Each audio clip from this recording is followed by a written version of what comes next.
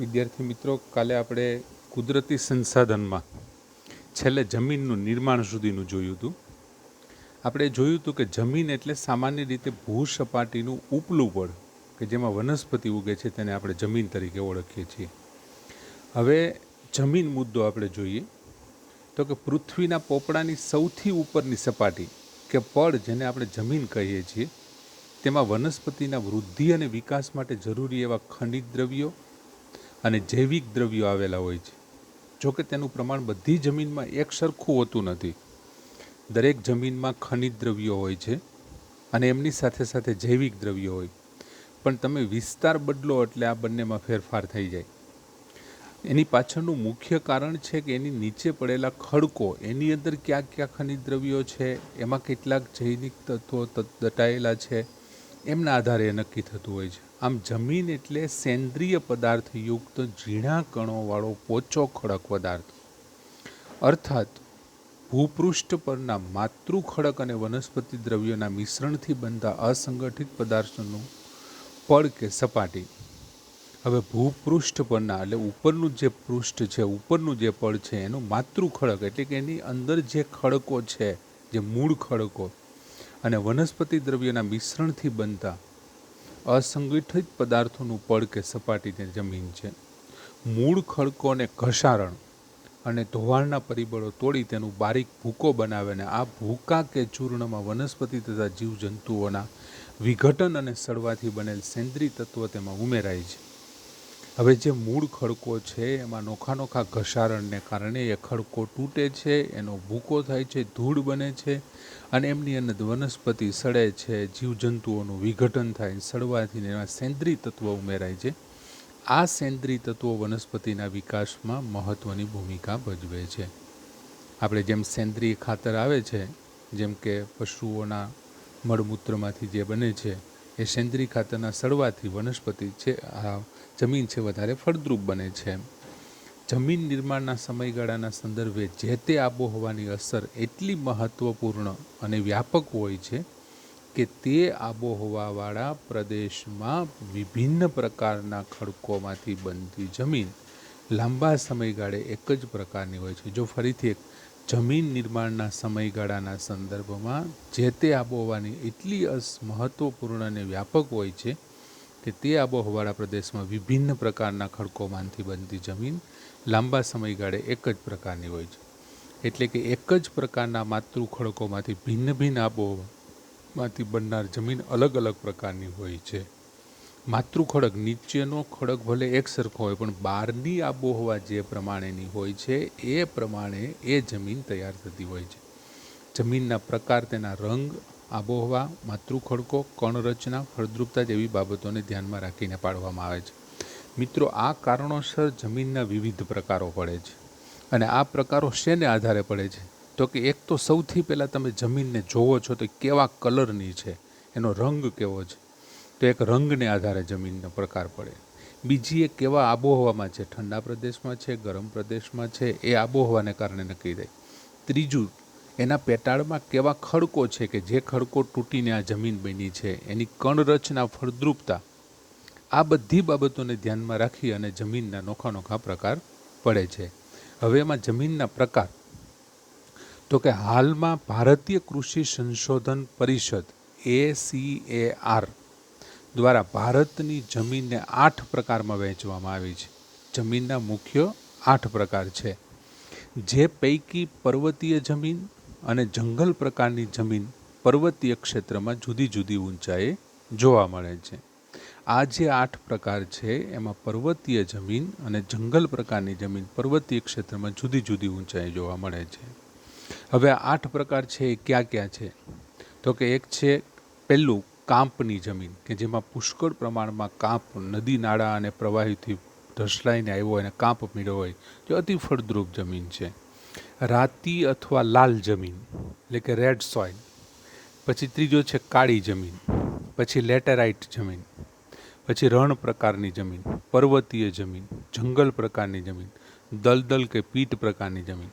જો મિત્રો, કાંપ, પછી રાતી, કાળી, લેટેરાઇટ જમીન, રણ, પર્વતીય, જંગલ અને દલદલ કે પીઠ પ્રકારની જમીન. દલદલ એટલે શું કે જ્યાં પાણી ભરાણા હોય ને પછી એકદમ આપણે કહેતા દલદલ થઈ ગયું છે એ પ્રમાણે. હવે એમાં સૌથી પહેલો પ્રકાર છે કાંપનો છે, કાંપની જમીન. આ પ્રકારની જમીન ભારતના કુલ ક્ષેત્રફળના લગભગ 43% ક્ષેત્રફળમાં ફેલાયેલી છે. ભારતનું જે કુલ ક્ષેત્રફળ છે એ ક્ષેત્રફળના 43% ક્ષેત્રફળમાં ફેલાયેલી છે કાંપની જમીન. હવે કઈ જગ્યાએ આવેલી છે તો કે ભારતના પૂર્વમાં બ્રહ્મપુત્રની ખીણથી શરૂ કરી પશ્ચિમમાં સતલુજ નદી સુધીનું ઉત્તર ભારતનું મેદાન. આ બ્રહ્મપુત્ર અને સતલુજ નદી પોતાના પૂરના પ્રવાહો સાથે જે ફળદ્રુપતાને ઢસડી અને કાંપ ભેગો કરે છે એ જેણે મેદાન તૈયાર કર્યા છે એ 43% ભારતના કુલ ક્ષેત્રફળમાં જમા થયેલો છે. એટલે પૂર્વમાં બ્રહ્મપુત્રના ખીણથી ચાલુ કરી પશ્ચિમમાં સતલુજ નદી સુધીનું ઉત્તર ભારતનું મેદાન, પછી દક્ષિણ ભારતમાં કઈ કઈ નદીઓ આવે તો કે નર્મદા, તાપી, મહાનદી, ગોદાવરી, કૃષ્ણા અને કાવેરી ખીણ પ્રદેશમાં, અને તે પૈકી મહાનદી, ગોદાવરી, કૃષ્ણા અને કાવેરીના મુખ ત્રિકોણ, કાવેરીના જે મુખ ત્રિકોણ પ્રદેશમાં આ પ્રકારની જમીન આવેલી છે. હવે કાંપની જમીનનું નિર્માણ નદીઓ દ્વારા નિક્ષેપિત કાંપને આભારી છે. આપણે વાત કરી કે નદીઓમાં વરસાદને કારણે પૂર આવે છે અને એ પૂર છે પુષ્કળ પ્રમાણમાં જમીનમાં ધોવાણ કરી અને આ જગ્યાએથી બીજી જગ્યાએ લઈ જાય છે અને ત્યાં એક મેદાન પ્રદેશ બનાવે છે, કાંપવાળો મેદાન પ્રદેશ. દાખલા તરીકે આપણા સૌરાષ્ટ્રની બધી નદીઓ છે એ ક્યાં ભેગી થાય છે તો કે માણાવદર વિસ્તારમાં. તો માણાવદર વિસ્તારમાં રેલ આવે છે અને એ રેલ આવે છે અને અહીંયા કાંપ બધો ભેગો થાય છે, એને કારણે ખૂબ ફળદ્રુપતા છે. આ જમીનમાં પોટાશ, ફોસ્ફરિક એસિડ અને ચૂનાનું પ્રમાણ વધારે જોવા મળે છે. આ જે કાંપવાળી જમીન છે એમાં કઈ 3 વસ્તુઓ વધારે જોવા મળે છે તો કે એક તો પોટાશ હોય છે, બીજું ફોસ્ફરિક એસિડ હોય છે અને ચૂનાનું પ્રમાણ હોય છે.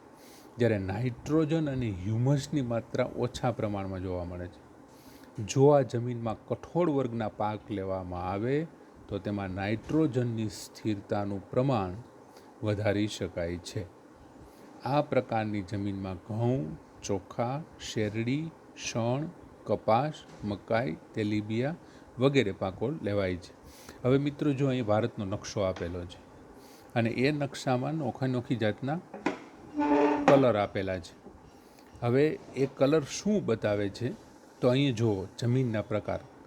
આવા કલર જે છે, જે આ કલર એ કાંપવાળી જમીન છે.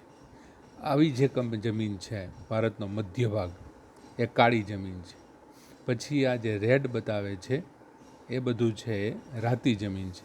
લેટરાઇટ જમીન છે આ લીલા પ્રકારનું, એ લેટરાઇટ જમીન. પછી પર્વતીય જમીન, તો આ જે ભૂખરો છે આ જમ્મુ કાશ્મીરનો વિસ્તાર છે એ બધો, હિમાચલ પ્રદેશને જમ્મુ કાશ્મીરને એ પર્વતીય જમીન છે. ત્યાર પછી રણ પ્રકારની જમીન, તો જો અહીંયા આપણે આ રણ પ્રકારની જમીન, જે આપણું કચ્છ આવેલું છે, રાજસ્થાન છે, એ રણ પ્રકારની જમીન છે. અહીં આપણે આ પ્રમાણે ભારતમાં જુદી જુદી જમીનો આવેલી છે. નકશાનો અભ્યાસ તમે કરજો. ત્યાર પછી રાતી અથવા તો લાલ જમીન, તમે એને પહેલી નજરે જોવો એટલે એકદમ લાલ ખેતરો તમને દેખાય, એટલે એ રાતી અથવા લાલ જમીન છે. હવે રાતી અથવા લાલ જમીન ભારતના કુલ ક્ષેત્રફળના લગભગ 19% ક્ષેત્રફળમાં ફેલાયેલ છે. જો કાંપની જમીન છે 43% હતી, આ કેટલી છે 19%. એટલે ભારતનું જે કુલ ક્ષેત્રફળ છે એમાં 19% છે. હવે દક્ષિણના દ્વીપકલ્પમાં તમિલનાડુથી માંડીને ઉત્તરમાં બુંદેલખંડ સુધી અને પૂર્વમાં રાજમહેલની ટેકરીઓની પશ્ચિમમાં કચ્છ સુધી તે વિસ્તરેલી છે. રાજસ્થાનમાં ઉદયપુર, ચિત્તોડગઢ, ડુંગરપુર, બાંસવાડા અને ભીલવાડા જિલ્લામાં આ પ્રકારની જમીન જોવા મળે છે. આ જમીનમાં ફેરિક ઓક્સાઇડની હાજરીને કારણે તેનો રંગ લાલ બને છે. જો શેને કારણે લાલ બને છે તો ફેરિક ઓક્સાઇડની હાજરી હોય છે, એમને કારણે લાલ બને છે. મુખ્ય કઈ જગ્યાએ? તો કે રાજસ્થાનના ઉદયપુર, ચિત્તોડગઢ, ડુંગરપુર, બાંસવાડા અને ભીલવાડા. આ ઉપરાંત તમિલનાડુ અને બુંદેલખંડ એમાં જોવા મળે છે. લાલ બને તથા તે નીચે જતા પીળા રંગમાં ફેરવાય છે. આ જમીનોમાં ચૂનો, કાંકરા અને કાર્બોનેટ મળી આવતા નથી. મોટે ભાગે આ જમીનમાં મેગ્નેશિયમ, ફોસ્ફેટ, નાઇટ્રોજન અને પોટાશની ઉણપ જોવા મળે છે. આ પ્રકારની જમીનમાં બાજરી, કપાસ, ઘઉં, જુવાર, અળસી અને મગફળી, બટેટા વગેરે પાક જો લેવામાં આવે તો ખૂબ સારો પાક તેમાં લઈ શકાય છે.